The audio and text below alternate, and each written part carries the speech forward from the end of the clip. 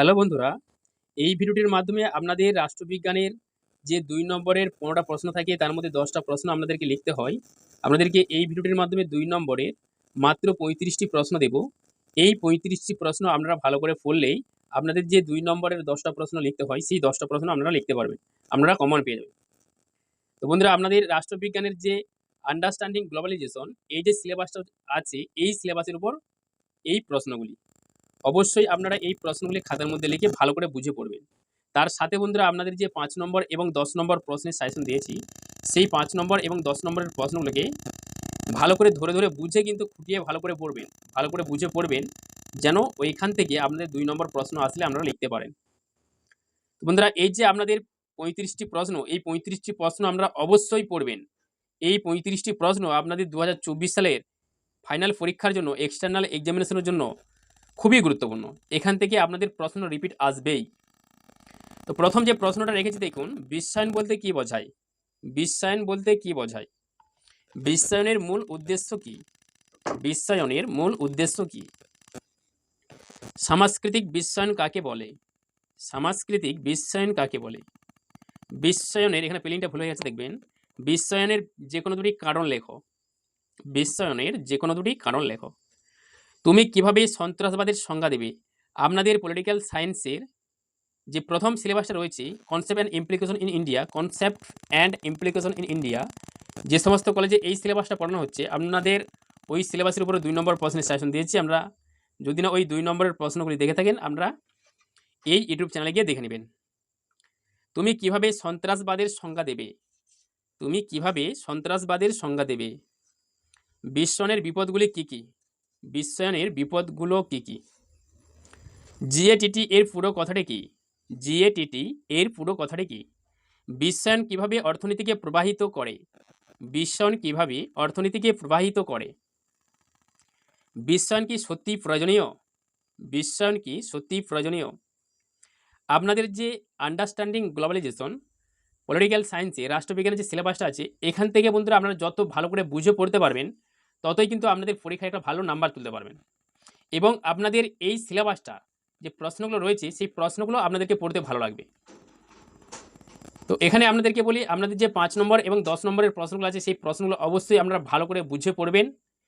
এবং এই যে আপনাদের ২ নম্বরের প্রশ্নগুলো সাজানো রেখেছি, এই প্রশ্নগুলো আপনারা ভালো করে বুঝে পড়বেন। তাহলেই কিন্তু আপনাদের ২ নম্বর, ৫ নম্বর এবং ১০ নম্বরের প্রশ্নগুলো আপনারা কমন পেয়ে যাবেন, আপনারা লিখতে পারবেন। বৈশ্বিক আন্তর্জাতিক ব্যবস্থা কী? বৈশ্বিক আন্তর্জাতিক ব্যবস্থা কী? বেসরকারীকরণ বলতে কী বোঝায়? বেসরকারীকরণ বলতে কী বোঝায়? বিশ্বায়ন কিভাবে সংস্কৃতিকে ধ্বংস করে? বিশ্বায়ন কিভাবে সংস্কৃতিকে ধ্বংস করে? তুমি কি মনে করো বিশ্বায়ন রাষ্ট্রীয় সার্বভৌমিকতার অবক্ষয় ডেকে আনে? তুমি কি মনে করো বিশ্বায়ন রাষ্ট্রীয় সার্বভৌমিকতার অবক্ষয় ডেকে আনে?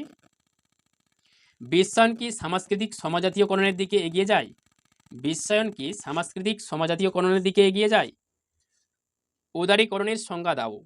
উদারীকরণের সংজ্ঞা দাও। বিশ্বায়নের যে কোনো দুটি বৈশিষ্ট্য উল্লেখ করো। বিশ্বায়নের যে কোনো দুটি বৈশিষ্ট্য উল্লেখ করো। আন্তর্জাতিক অর্থনীতিতে বিশ্বায়নের যে কোনো দুটি নেতিবাচক প্রভাব উল্লেখ করো। আন্তর্জাতিক অর্থনীতিতে বিশ্বায়নের যে কোনো দুটি নেতিবাচক প্রভাব উল্লেখ করো। বিশ্ব পরিবেশের ওপর বিশ্বায়নের যে কোনো দুটি প্রভাব উল্লেখ করো। বিশ্ব পরিবেশের ওপর বিশ্বায়নের যে কোনো দুটি প্রভাব উল্লেখ করো। বিশ্বায়নের যে কোনো দুটি উপাদান উল্লেখ করো। বিশ্বায়নের যে কোনো দুটি উপাদান উল্লেখ করো। গ্লোবাল ভিলেজ কি? গ্লোবাল ভিলেজ কি? রাষ্ট্রীয় সার্বভৌমিকতার ওপর বিশ্বায়নের যে কোনো দুটি প্রভাব উল্লেখ করো। রাষ্ট্রীয় সার্বভৌমিকতার ওপর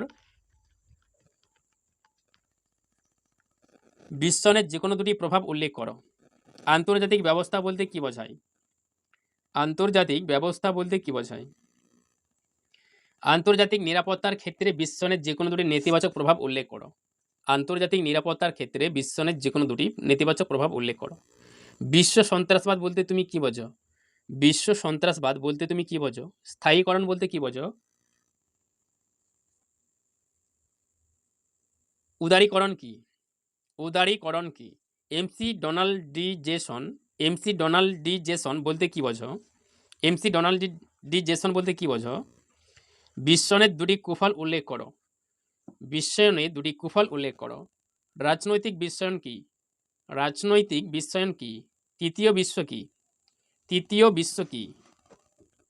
বিশ্বায়নের ও স্থায়ীকরণের মধ্যে যে কোনো দুটি পার্থক্য উল্লেখ করো। বিশ্বায়নের ও স্থায়ীকরণের মধ্যে যে কোনো দুটি পার্থক্য উল্লেখ করো। নয়া আন্তর্জাতিক বিশ্ব ব্যবস্থা বলতে কি বোঝো? নয়া আন্তর্জাতিক বিশ্ব ব্যবস্থা বলতে